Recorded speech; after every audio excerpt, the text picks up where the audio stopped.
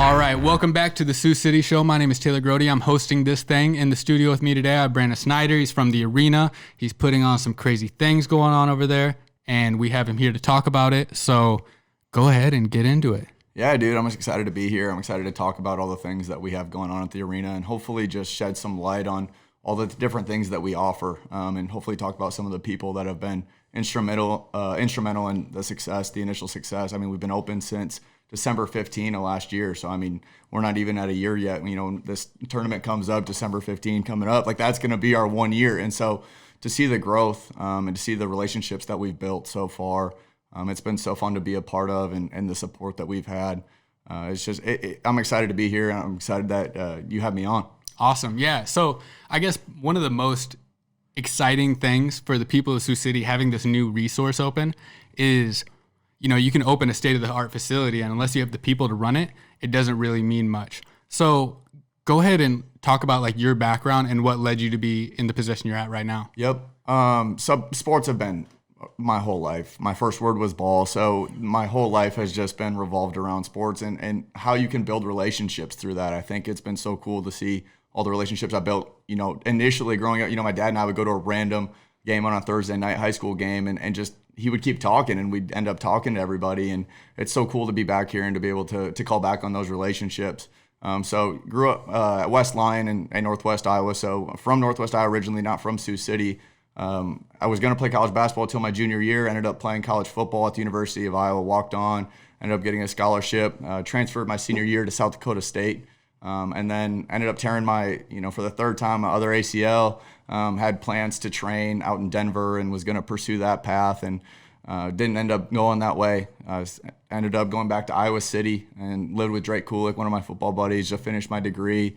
And after that, it was like, you know, what do you do? And I ended up going to Northwestern College in Orange City. My brother was there. He was a senior on staff there, and I ended up doing strength and conditioning, football, and I was call me crazy, but that March I decided that I would still train. And so I trained for the last year and just tried to empty my tank there and get some closure there. And I think through that process, I think that's what really prepared me to be able to take this role and run with it as the director of performance at the arena. You know, it's brand new. We don't really have a template for this. We're multi-sport. We've got performance that we train, and that kind of gets into all of them. And so it's unique what we're doing. And there's no game plan for it. It's just every day is new. And everything we do is new. So it's been so fun to be creative with our guys and how can we give the best possible experience to all the athletes in Sioux City and surrounding areas. That's awesome. How's the feedback and like the response been so far? Yeah, it's been good.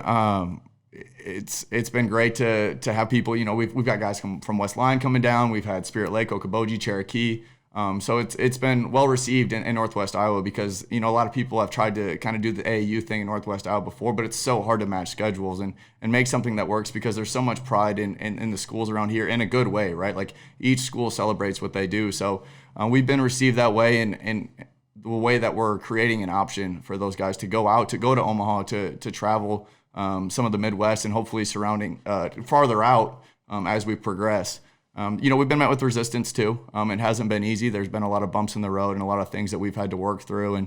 And that's what we're still, you know, continuing to see as time goes on. We're starting to build some momentum and start to receive some help, which we need. Yeah. I think that when you say that Sioux City has like put up a little resistance to some of the training and just being involved, I think that plays to a big point that I make about Sioux City and that I've been trying to harp on that we need to change a little bit is the crabs in a bucket mentality or the success is a zero-sum game mentality where, well, if these kids from this school are doing great, we're going to keep our program isolated and we don't want anybody from other schools knowing what we're doing over here, right? Yep. And, you know, it's really cool to have big wins and a lot of success when you're in high school. But seriously, training for athletics is like in pursuit of a lifelong goal at whatever level, even if it's just living a healthy adult life, right? Yep. So it does frustrate me that in something that can seem like a zero-sum game for success where, well, if we let our players hang out with these other players at this training camp and they're going to give away some of our, you know, in-game, our secrets, our signals, whatever it is, well, then that's one of us is going to win that game and the other one loses. So that's only one person can have success out of this whole situation, right? But working together collaboratively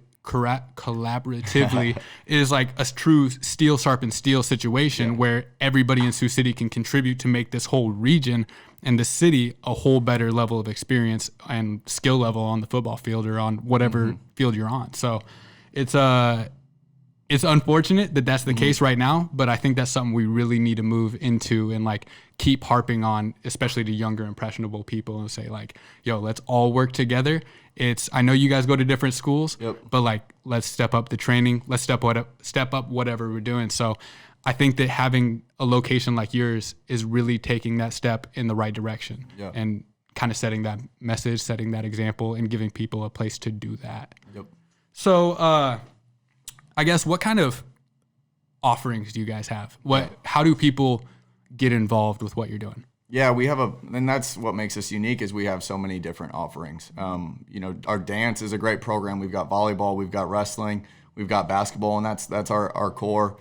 We have a performance.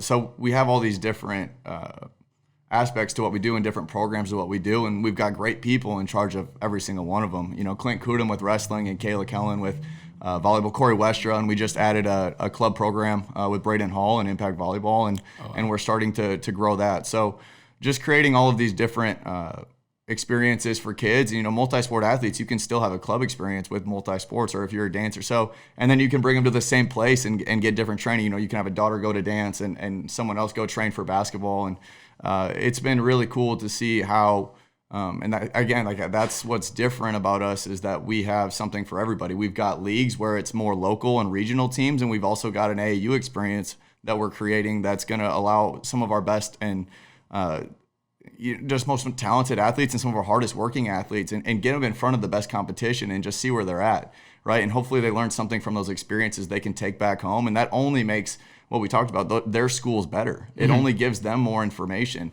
In my field specifically, COVID's been great because all of these great strength and conditioning coaches are sharing all of their information, and that's what I think we need.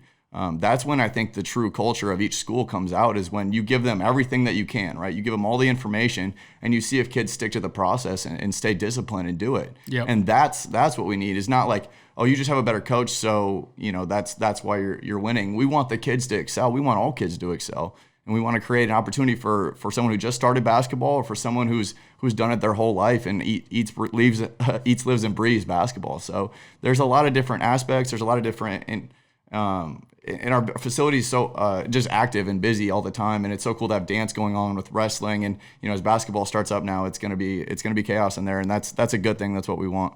Definitely, I like that. So I guess as somebody who has had success at a young age, I'm counting freshman year of college, a young age. Somebody who has success growing up in sports, right? And now being around people who are young, are pursuing at least more skill in a sport. At least they're dedicated enough to make additional effort for what they're doing, right? What do you think is the key to success, and like, what do you think is the thing that you would most impress upon somebody who is younger and trying to find a bigger level of success? Yeah, that's a great question. I think the thing to balance, there's two things that I think we need to follow. It goes in phases, is discipline and enthusiasm, right? So discipline being doing what you have to do, right? Just the necessary things and I think that's what becoming more common is we're being allowed to see, LeBron and what he's doing for training. After the game, he's going and taking care of his body still. We're starting to, because of social media, be able to see all of that. And so, there's stuff there are things that you have to do as an athlete. You've got to take care of your body. You've got to train hard. You've got to eat well. You've got to hydrate, all of those things. But it's got to be fun, right? Because sports are great, but it ends, right? It for everybody, it ends at some point. Sports do, but there's so many things that we can learn about life through the avenue and through the vessel of sports. Discipline and confidence are the biggest two things that we see come from just time in the arena and consistency in the arena. We see that with discipline and work and consistency and showing up, right? Continuing that effort over time. Breeds so much confidence in kids.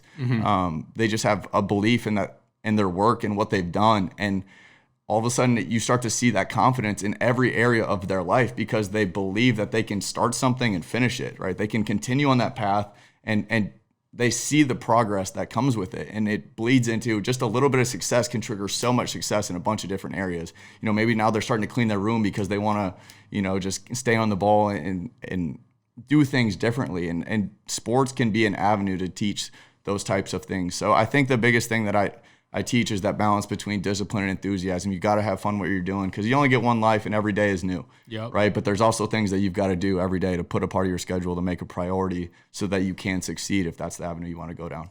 Definitely. And I like that because it plays into another thing that I always like feel pretty passionately about. And that's that passion really doesn't matter that much. Like, it does to get you into something, right? And there's always going to be a little bit of passion that keeps you into something. But passion is not a reliable motivator. And when the love for the game and when like the passion you have isn't getting you out of bed that day, that's when the discipline comes in. And that's, I guess the whole thing is that everybody says, if I interview people for a job here, right? They always say, I'm passionate about video. It's like, all right, but are you willing to do everything it takes to be a video creator here? Because I'm telling you right now that you're not going to love every video you create for all the businesses in Sioux City. It's just not going to be the fact of the matter. So like you have to have the discipline to sit down and do something. And, you know, I'm sure you have this thing all the time at the arena where people are saying like, I just didn't have the motivation to do it, or I need to find a way to get motivated to do something. And that is a word that I think everybody needs to get out of their vocabulary, because motivation is great when that moment of inspiration hits you and you can be motivated to go do something, but you need to quit waiting for motivation and you need to do the thing that you need to do to be successful, or don't count on being successful, because that's what it takes is the discipline to keep going. So that's great that you're like, at least identifying that as a key factor in like what creates success, and as well as like impressing that upon the people who are coming in to train with you guys. So this kind of plays into the whole thing, but what I really like to do on the show is there's probably every high school kid in Sioux City who plays football would love to go play for the Iowa Hawkeyes. There's probably some losers that would like to go play for the Nebraska Cornhuskers. And I guess your advice might apply to both, but can you walk me through, and this is, I like to give people a roadmap for how to do something that seems unattainable when you grow up here, because a lot of people set limitations on their own beliefs. And it just kind of brings down the ceiling for them, right? So can you walk me through getting injured and not being able to play basketball your senior year, to how that led into walking on at Iowa and then getting a spot really on the team and playing on Saturday? So how'd that work for you? Yeah, it all starts in my roots, dude. I was a hooper from day one, and you can ask anybody from West Line, like basketball was my thing. It was what I pursued the most. You know, this didn't exist. I played for a couple teams in Sioux Falls, but I actually drove down to Cedar Rapids and played with the Iowa Barnstormers. And we traveled to New York and Vegas, and basketball was what I wanted to do in college. It was the thing that I 100% wanted to pursue.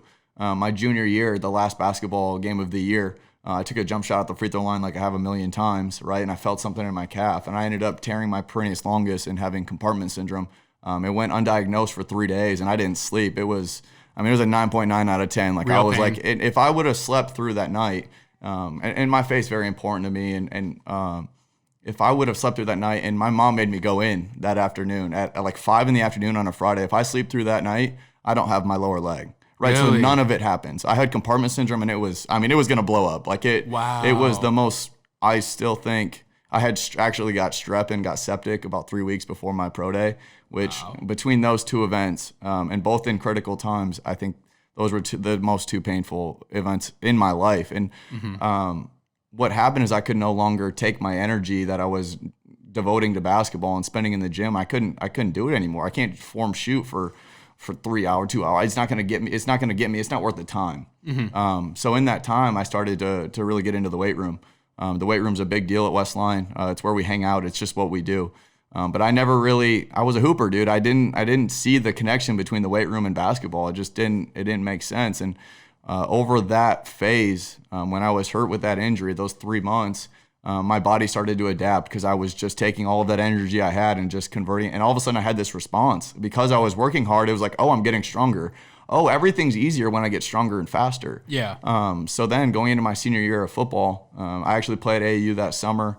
But that was when I really started to take off on the football field. And football changes when you're stronger and faster than people. And that's when the light bulb switched. And if it wasn't for Coach Woods, LeVar Woods, who's from West Line, who's on staff at Iowa, I don't know if I end up there. But again, this is one story, right? And you just never know at some point who's going to help or who's going to advocate for you, who's going to create an opportunity for you.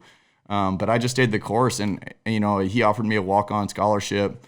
That winter, I think it would have been in December or January, of my senior year. I was going to play college basketball somewhere up until that point. Wow.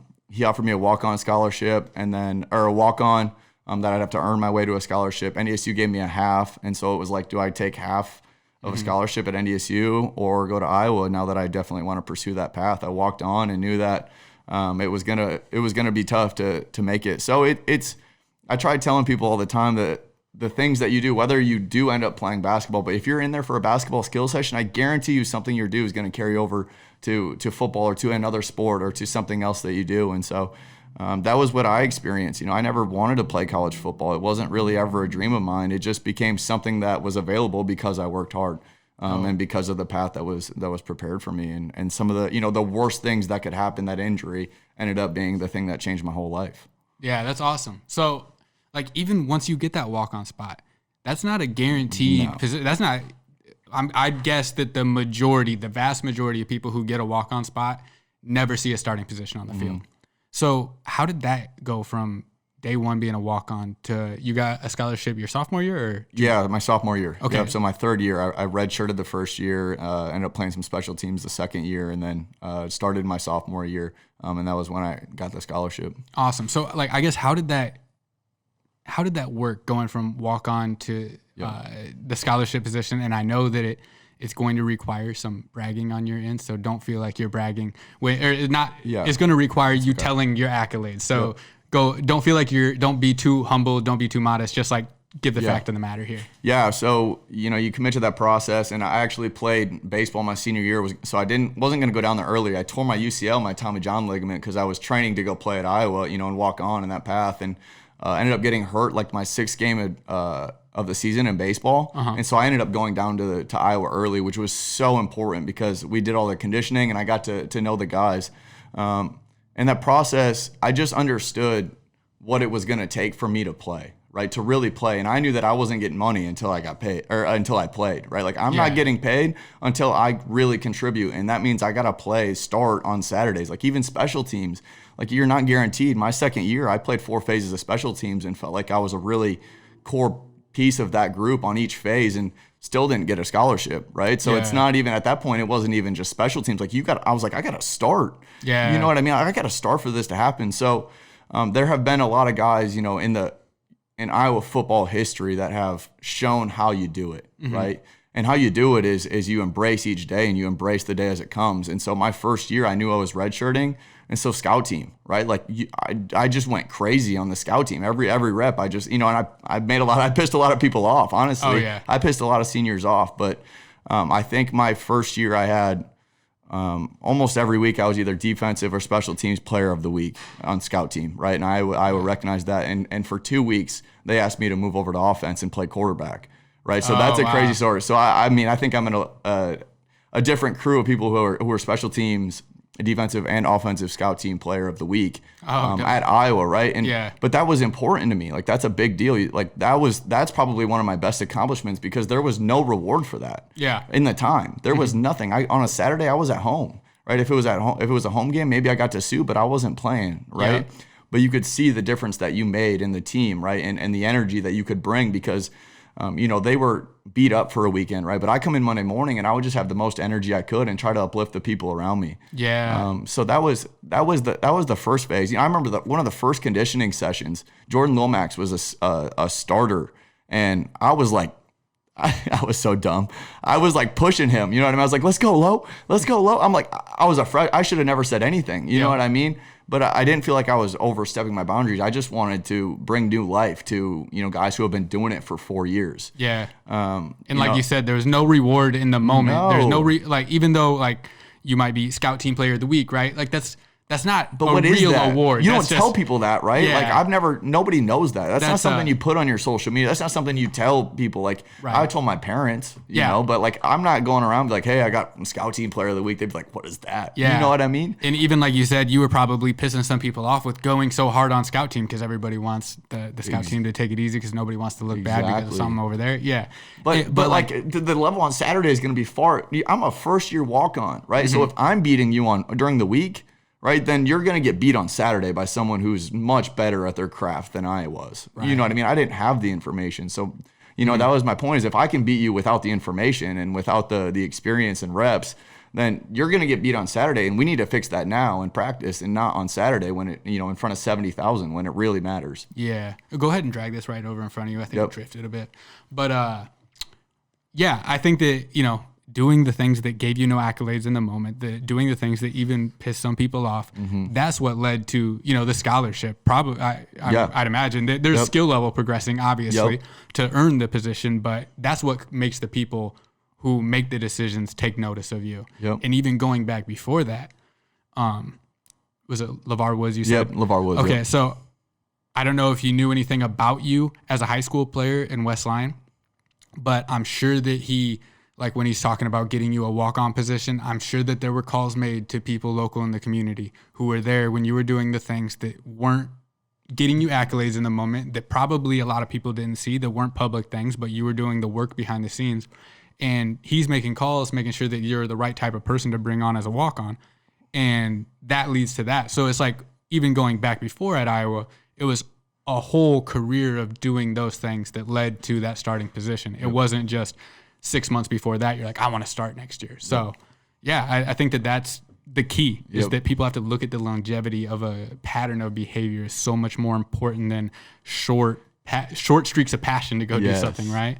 Yes, we rely so heavily on momentum, and I don't think we should. It's the same. You're talking about passion in sports. Momentum's a big word. You have a great weekend, and you think you're just gonna ride it through the week. Well, at some point, it's gonna go. Whether it's Wednesday morning at 6 a.m. when you got to get up to lift, right? At some point, that momentum's gonna go, right? That passion's gonna go, and you've got to be able to still make the right decisions, right? Not without feeling that. You've got to understand that the reward's gonna come at the end, and maybe it won't.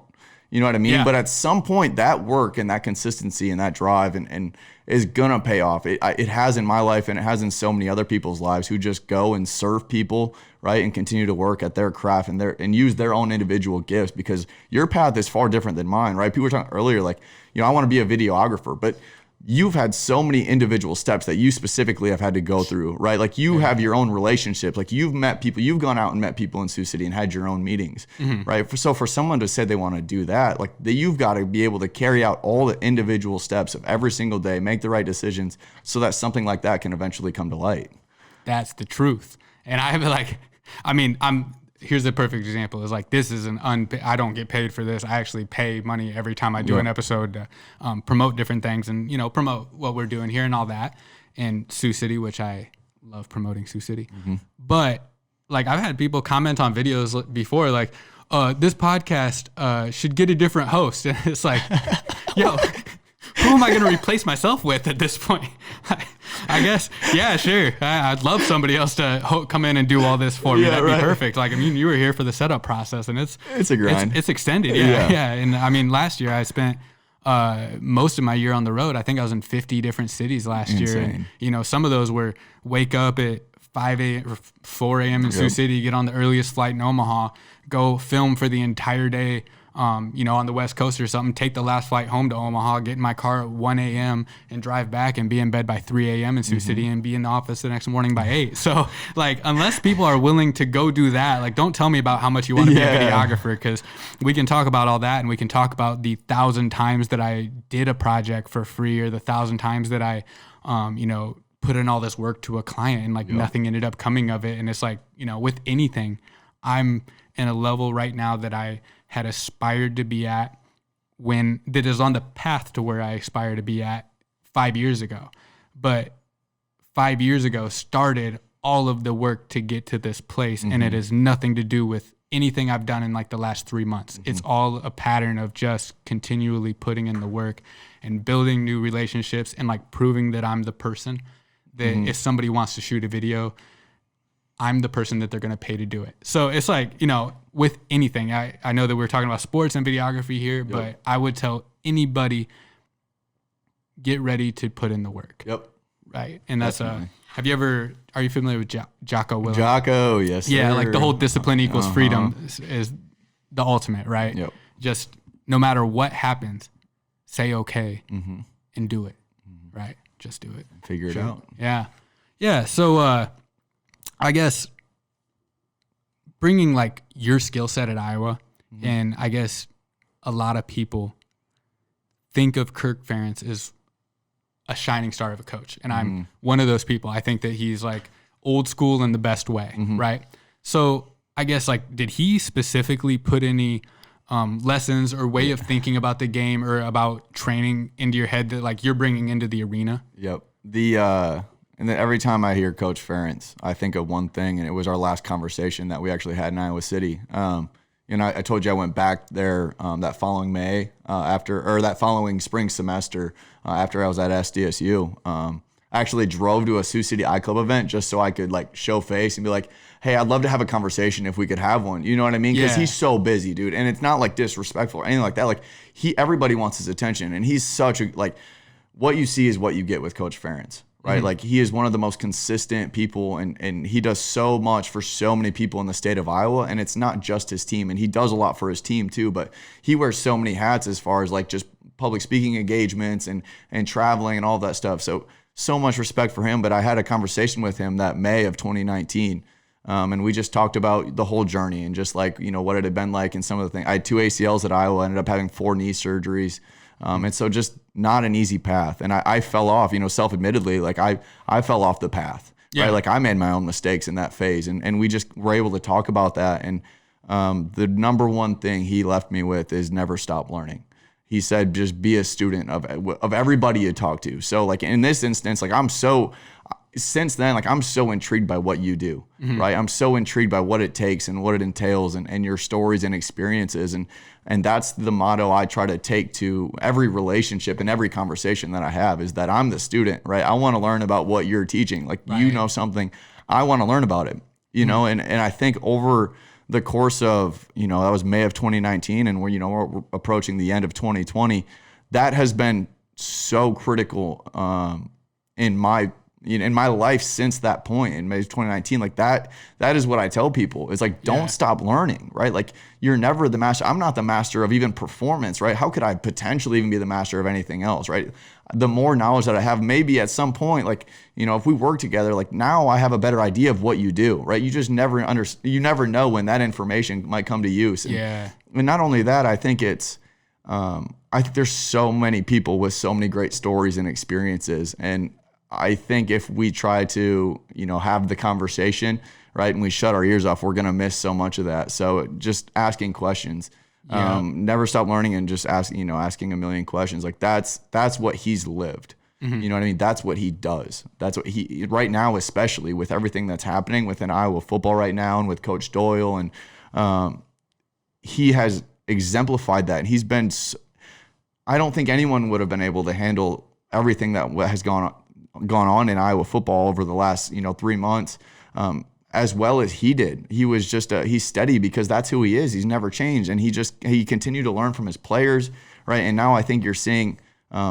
the impact of that time and those conversations and the openness and the willingness to change Iowa football, which has been, in my opinion, almost the same culture for the last 20 years. Yeah. You know, their culture is everything, and they want to, how do you maintain those same characteristics, that tough, smart, physical, but adapt to today. Yeah. Right. And that's what I think he's done and created that freedom for his players. So Coach Ferentz is one of the best, and he's been one of the most successful and longest tenured in college football for a reason, because he never stops learning. And that's been the same thing. And that's the same challenge that I would pass on to everybody else, is like, just have conversations, right? Ask questions, right? And just take it in and learn, Yeah. And I love that, because I hate interrupting these to tell personal stories or whatever, but the Sioux City Show podcast exists to be able to sit down with people, because it's tough to like go find some random person that you think is interesting and you want to sit down with and you want to learn about what they do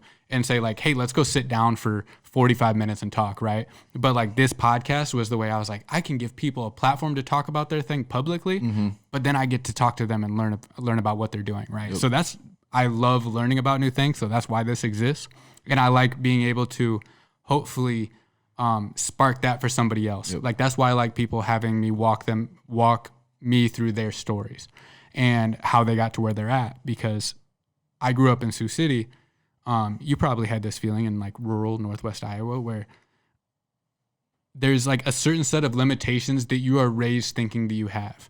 That, yeah, there's people who are actors in Hollywood, but we live in Iowa, so don't go be an actor because you're never going to be in Hollywood. Don't start making YouTube videos in high school because you're never going to be able to make a living putting YouTube videos on the internet. You know what I'm saying? And it's like we constantly get these things that don't do that because nobody can do that from here. And I think that it's super important for people, especially people who are growing up here, to hear that it's possible to do absolutely anything that they want to do if they have the determination and the love for what they're doing and the discipline to make it happen.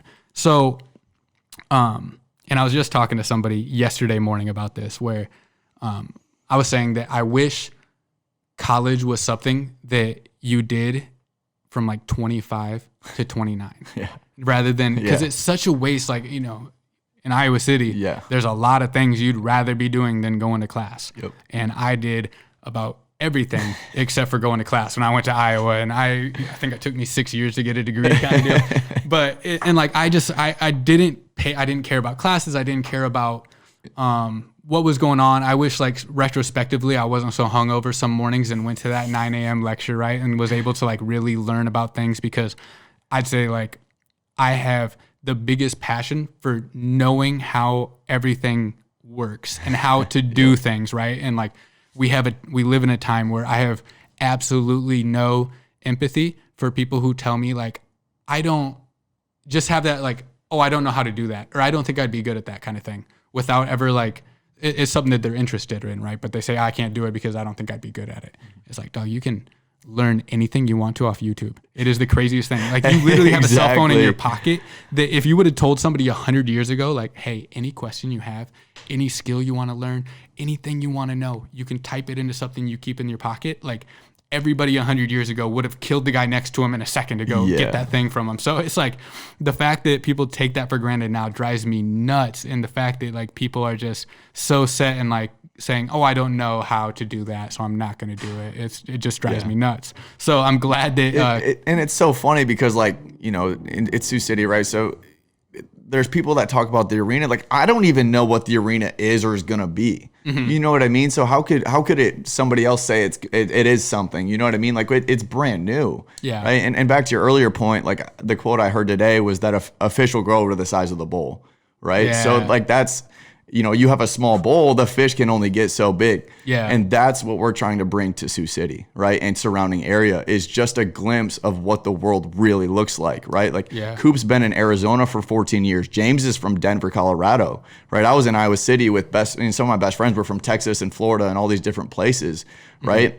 And then you come back here and how do you bring that kind of hope and that kind of vision and that kind of, because we all bleed the same blood, right? Like I'm from here. Yeah. Right. Like what makes me different other than just the pursuit and me trying to chase my own individual path. Yeah. Right. So now like, yeah, it's okay. You know, people have done it before. Right. But let's make it easier and give people more hope for that vision and that can happen. Yeah. Right. And, you know, maybe it doesn't end up happening in sports, but that kind of idea, right. That pursuit of like, hey, you have your own ambitions. Yeah. Right? Like you have your own gifts and ambitions. And I know, and there's so many people, I think they're so untapped, right? I think there's so many people in Sioux City that probably have those ambitions. Right? It's like go through the process and make that work, make that happen, figure it out, find a way to connect with somebody and collaborate and make something tangible of that abstract ambition. Absolutely. Right? Like make it happen because people want experiences. You know, like let's take Tyson, let's take Long Lines, let's take the Expo and create an experience here in Sioux City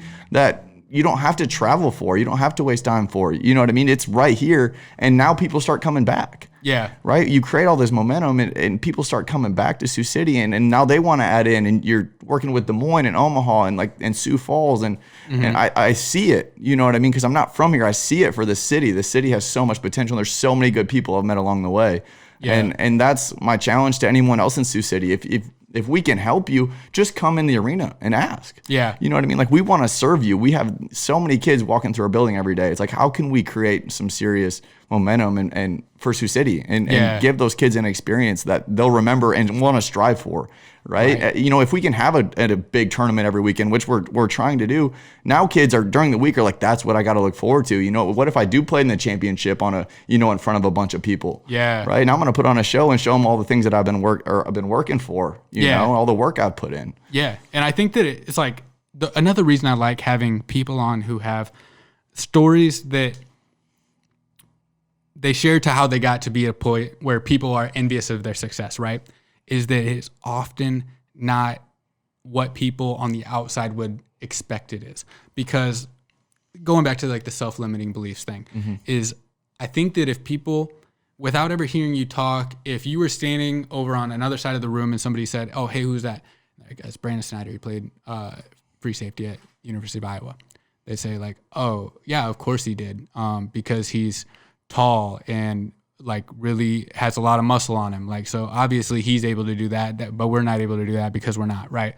But like, that's just the snap, I guess, expectation you put on somebody when you look at them, the snap judgment.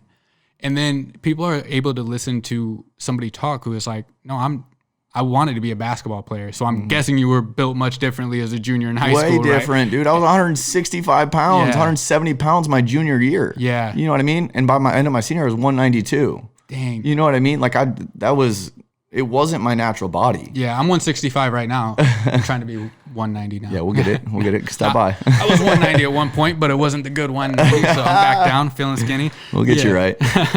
So yeah, I think that like knowing about that it's important for people to know that it takes doing it, right? It takes a million steps before you get there. Yep. I graduated from Iowa with a film degree, and I didn't know how to work a camera. Like, I swear I did not know how to work a camera after I graduated with a film degree.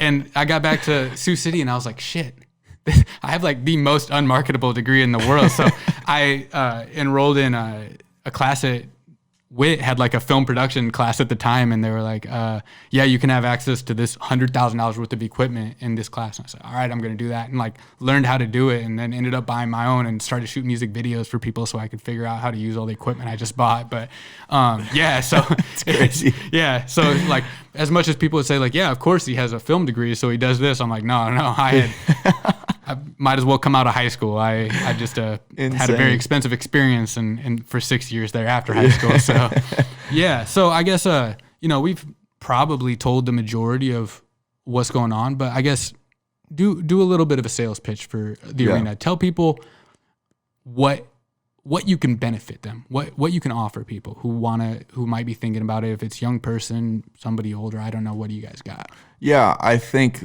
2 points to that, and it's a good question. One, I do think we have information. I think we have people who have been at a high level, who have watched sports at a high level, like passionately. You studied the game, whatever, even dance, right? The Cooper specifically been in Arizona and have been in national dance competitions. Dustin's own daughter, Callie's just a phenomenal dancer, right? So people are watching her constantly, like she's winning national dance competitions, and that's what people are watching, right? And so you're kind of creating this model where, like in Europe, where professionals are training next to, 3, 4, 5-year-olds who want to do the same thing. And what that does is it creates an environment of true learning, right? When we had Justinian Jessup, who played at Boise State, was first team All Mountain West, and a good buddy of James growing up. He was in for 2 weeks and came and worked out for his pre-draft stuff, which was awesome.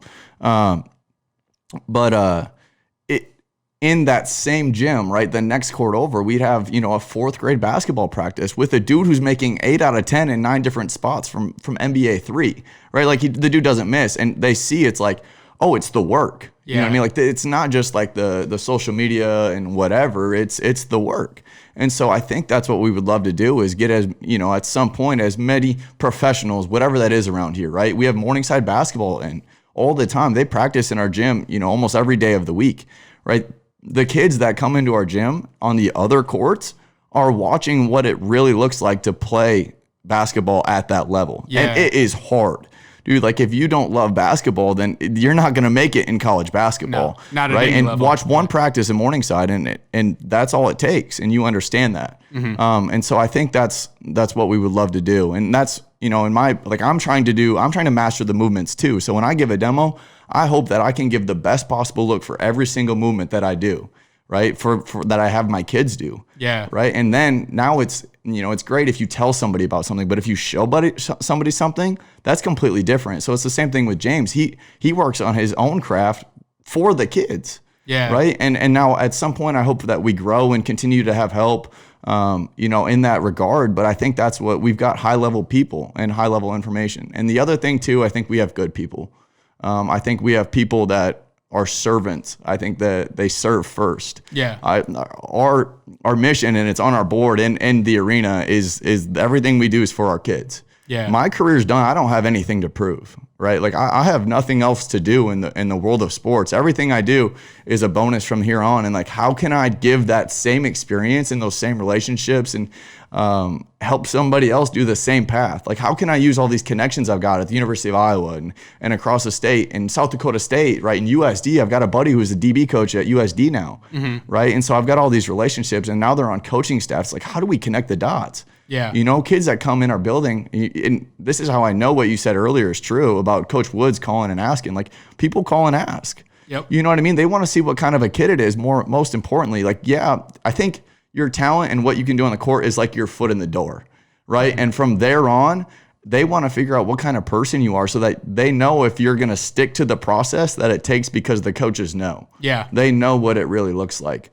And so it's very important for us, alongside, what we do as far as, a rep or a drill to teach kids, right? Yeah. To take what we've learned and our experiences and ask questions about their daily life and not force it, right? I'm not trying to have a cheesy conversation but I don't want to talk about the weather every day of my life, right? So if I'm going to spend time with a kid, let's talk about your family. Tell me about your parents, right? What do you love about your mom, right? Like, what's the best thing that she does? Tell me about your brother, right? Oh, he's doing architecture. Why did he choose that? And what's he working on? Right. You know what I mean? Get kids talking and start to develop those relationships. And I think James probably hates me for this, right? But I want every single kid in Northwest Iowa to come get a basketball workout with him, right? And he hates me for it because I'm trying to fill him up, but like, that's the case. Yeah. I think that I don't want people to come train basketball with me. I want people to come train basketball with him. Yeah. You know what I mean? How can I, go into Northwest Iowa, into Sioux Center and MOC and get those kids to come work out with him, because I know they would be better for it, and I know they'd be a better person. Yeah. Right? And so I think those are the two things, is high level information, but I think I know that we have great people in the building, that the most important thing is how can we serve Sioux City and surrounding areas. No doubt. And if anybody who is younger or looking to do something or whatever in Sioux City and is worried about who to talk to or do the next thing, the thing that I've found to be almost universally true in Sioux City is that, and this is why I love this city so much, people are willing to help. Mm-hmm. Almost always. Mm-hmm. Almost always. Like, I have, in the last 2 weeks, I've had breakfast with the CEO of a major company in Sioux City and city councilman in Sioux City who had nothing. I couldn't really offer them anything, right? I can offer them like some of my opinions, and I'm kind of a dipshit, but like they were like willing to. These people were extremely busy, extremely successful people, and we're like, yeah, what's your question? How can I help you? And that's like the number one thing that I would characterize Sioux City as. Yeah. And this is why I live here and why I continue to like try and improve or promote the city as much as possible. Not necessarily improve it, but give people a different perspective. Yep. Is that I feel like everybody here is here to help. Mm-hmm. Everybody here is a servant of those around them to some extent. And that's, I think there's like an unbeatable thing about a community. And so when people are looking to do something, like, ask somebody for help. Ask how you can get involved with something, because people are going to have an answer that you'll usually like. So yeah. I mean, I just really appreciate you coming on and spending this time to like talk about everything you guys are doing, because I think I had a chance to tour the facility and I can tell everybody honestly, it's crazy. It's if you went into the Hobby Lobby when it was in that building, it's in the old Hobby Lobby. Old Hobby Lobby. Right up by Applebee's and Ichiban, all up there in Hoo-Hot. So there's plenty of good restaurants after you drop the kids off at basketball. You know 100%. What I'm saying? Yeah. The ball's right there, shields, whatever you need, right? And that's one more thing too that I think makes us unique, is that we have unbelievable backing, you know, with Mike and Ronnie and Blue Ox, and having those guys actually work out of the arena. They've taught me how to work. They've taught me what it looks like to show up every single day. And so you take that kind of a work ethic, right? And this is what I do. You know what I mean? Like, it is my job to find a way to create the best possible atmosphere and experience for kids, but we've been given an unbelievable facility. I think that it's so good for Sioux City. I mean, we've got a Chesterman's restaurant, bar and grill up there. We've got a wrestling room, a dance studio. My new performance room is going to be done in like the next week, and it's been so great to have the support from them on that. But we've got Arena Fit. We're partnering with OsteoStrong, right? It's all in one building. And so old Hobby Lobby, if you haven't come by, be there. But we have great backing, and none of this is possible, right? Because this is brand new, and we've been open for 9 months. None of this is possible without the people that have been in our circle and have supported us from behind. Yep. I love it, man. Thanks so much for coming on. Yeah, thanks for having me. If you're watching the podcast on the video form, let me address these sunglasses. My eyeball's been hurting lately, so I covered them up, and I went with the aviators because I think I look like a good young Joe Biden. And whether you love or hate the man, you got to admit he can wear a pair of aviators. So thanks again, Brandon. I really appreciate you. Thanks for doing this. Yeah. This is such a good thing for Sioux City. And like I said, if there's anything that we can do for you guys, just reach out. But thank you for doing this. It's exactly what this city needs, is just continuing to find ways to connect more people and find ways to, exactly like you said, just work together on things. So thank you for having me, and thank you for giving, and all the work that you do with video and just for different businesses and connecting dots for people. I know it makes a difference for us, and I know it has for a bunch of other people, and will continue to. So I appreciate you having me on. Thanks a lot, man. And until next time, this is the Sioux City Show. Later.